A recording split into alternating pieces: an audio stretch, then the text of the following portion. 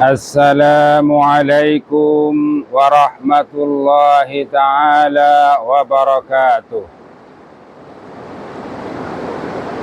Innal hamdalillah nahmaduhu wa nasta'inuhu wa nastaghfiruh.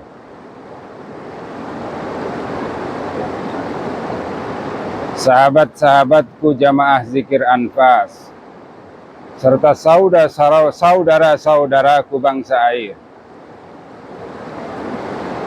Tugas kekhalifahan dari Allah untuk kita di permukaan bumi adalah tugas yang sangat mulia.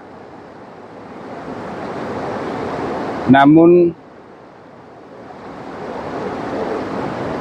kita dihadapkan dengan pasukan api, dihadapkan dengan bangsa api yang di dalam Al-Quranul Karim Allah membocorkan rahasia dan strategi mereka untuk membodohi kita, untuk menggagalkan kita dalam misi mulia ini.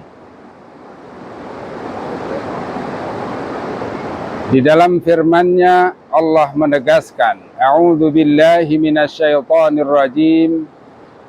Bismillahirrahmanirrahim. Qala fabima aghwaytani la'aq'udanna lahum siratakal mustaqim. ثم لآتينهم من بين أيديهم ومن خلفهم وعن أيمانهم وعن شمائلهم ولا تجد أكثرهم شاكرين. Dulu ada kisah yang diceritakan di dalam Al-Quran, bagaimana kebencian iblis hingga iblis mempengaruhi Nabi Adam dan Hawa, hingga Adam dan Hawa pun diturunkan oleh Allah ke permukaan bumi. Lalu iblis pun yang membujuk rayu Adam dan Hawa mendapat juga hukuman dengan diusirnya dari sorga. Sebelum keberangkatan dan kepergiannya diusir dari sorga itu, iblis mengatakan akan mengancam Adam dan keturunannya agar gagal dalam melaksanakan tugas kekhalifahan. Qala fabima aghwaytani, iblis berkata, oleh karena aku dianggap bersalah, maka aku bersumpah, la aqudanna lahum siratakal mustaqim. Akan aku duduki bagi Adam dan keturunannya di jalannya yang lurus. Bagaimanakah maksud dari firman Allah la aqudanna lahum siratakal mustaqim ini? Apa jalan yang lurus yang akan diduduki oleh iblis demi misi menggagalkan tugas kekhalifahan Bani Adam? Saudaraku, pernyataan ini dikeluarkan oleh iblis, diceritakan melalui firman Allah sebetulnya jauh sebelum Al-Quran itu diturunkan. Berarti sungguh yang diancam jalan lurus itu bukanlah Al-Quran. Kita manusia ini dibekali akal. Sesungguhnya akal ini bisa untuk mengenal baik dan buruk, tapi belum cukup untuk bisa mengenal benar dan salah. Oleh karena itu Al-Quran sebagai tuntunan untuk membimbing akal agar bisa mengenal benar dan salah. Tetapi ketika akal bisa mengenal baik dan buruk itu saja menjadi ancaman dan diancam oleh iblis, maka sungguh kata menduduki jalan yang lurus maksudnya adalah menjajah pikiran kita agar cara berpikir kita itu keluar dari jalur yang sebenarnya menuju ke arah yang negatif. Lalu bagaimana kita Bani Adam untuk mengamankan pikiran kita dari upaya iblis ingin menduduki, ingin menjajah, ingin menguasai pikiran kita hingga dia bisa menyetir kita? Tidak ada jalan lain kecuali kita jadikan Al-Quran itu sebagai pedoman kita agar akal ini kembali kepada fitrahnya bisa mengenal baik dan buruk, dan mengenal benar dan salah, maka Quran harus kita jadikan pedoman.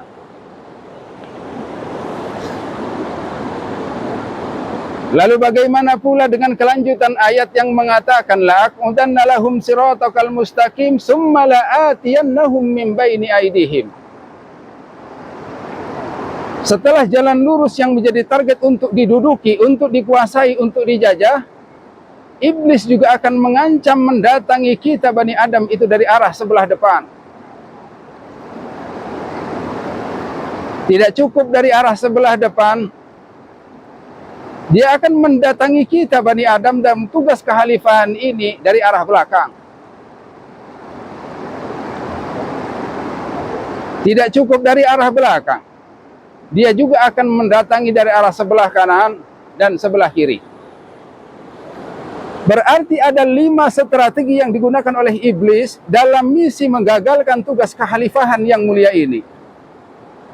Dia ingin menguasai akal, hati dan nafsu kita.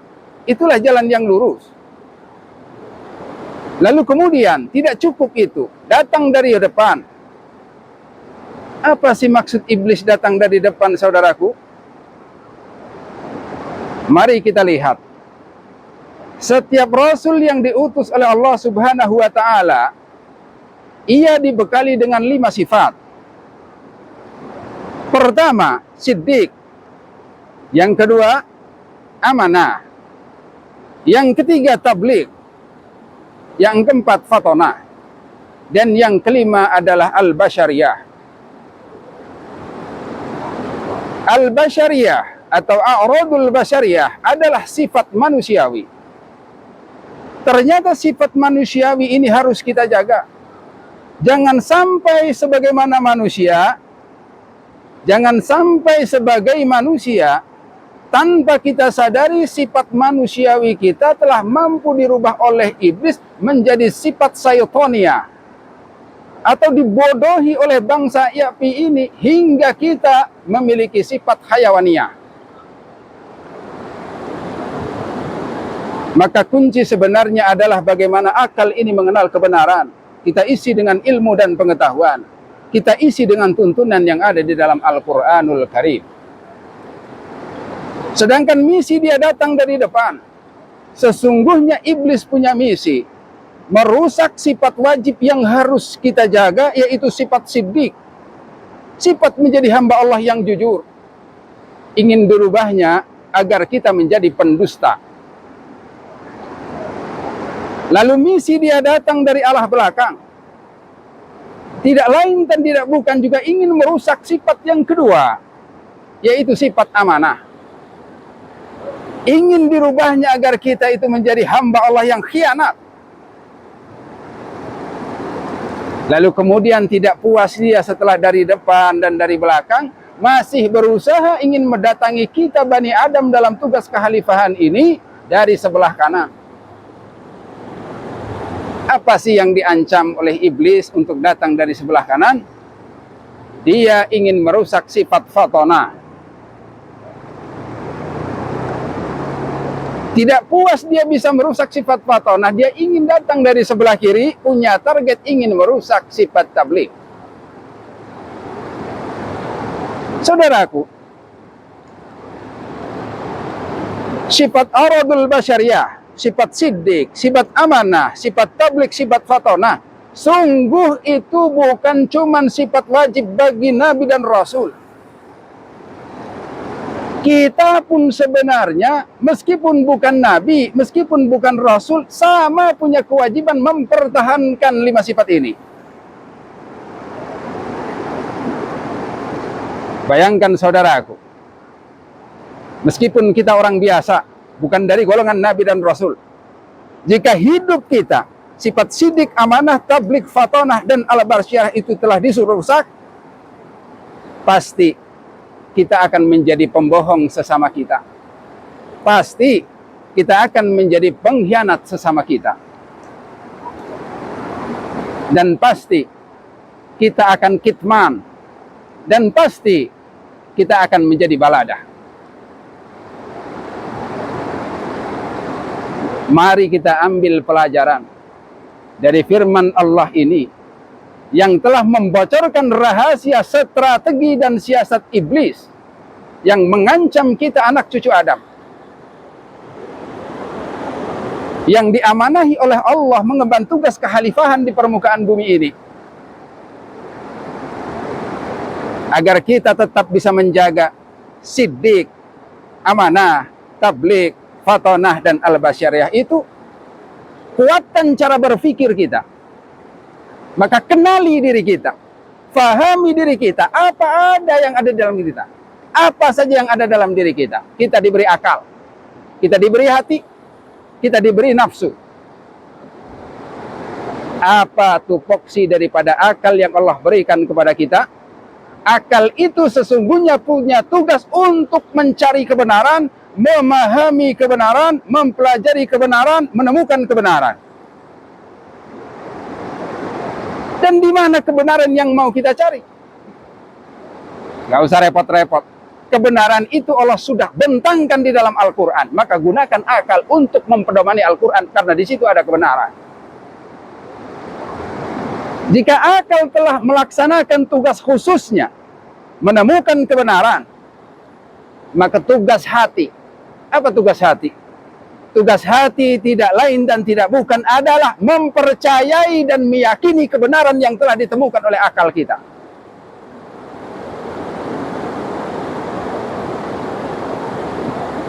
Lalu apa tugas nafsu? Kalau akal telah menemukan kebenaran, hati pun telah mengimani dan meyakini kebenaran itu, maka akal dan hati punya tugas mengajak nafsu ini untuk mentaati kebenaran. Kalau kita bini Adam secerdas itu, sepintar itu, sehebat apapun strategi iblis, setan, dan kawan-kawannya, sesungguhnya keberadaannya tidak akan berdampak apapun kepada kita, dan kita tetap sukses melaksanakan tugas kekhalifahan.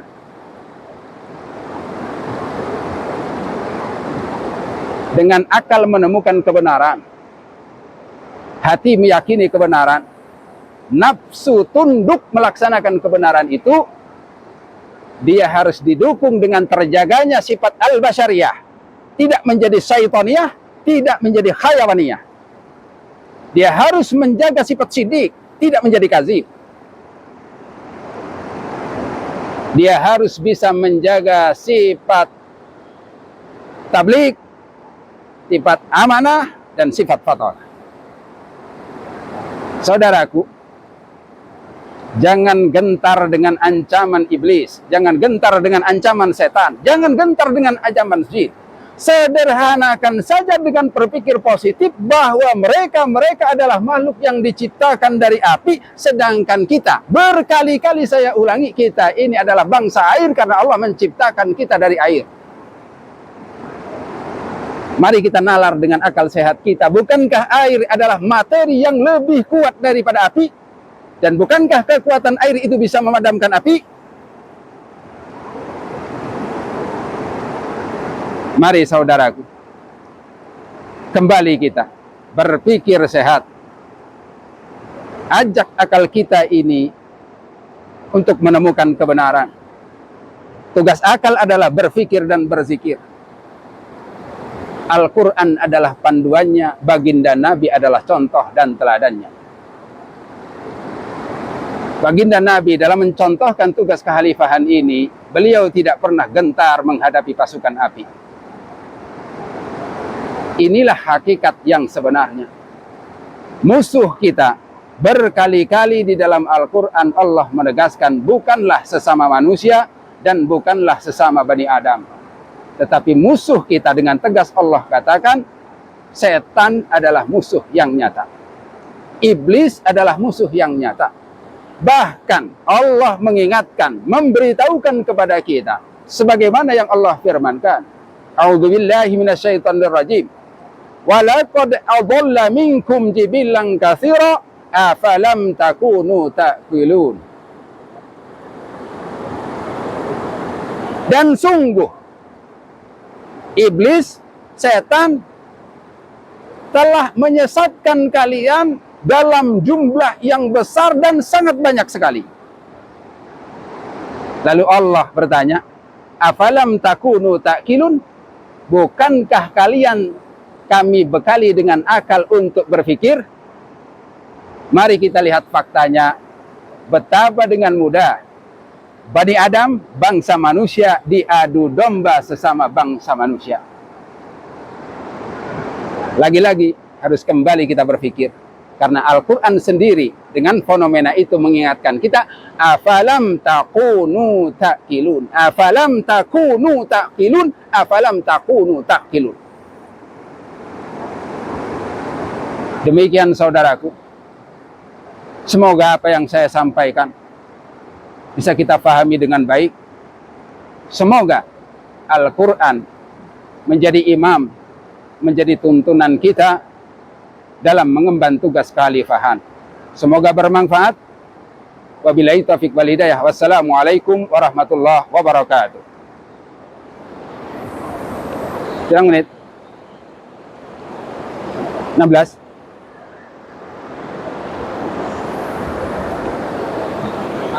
Jadi ini ngono tak ngesut background. Terus?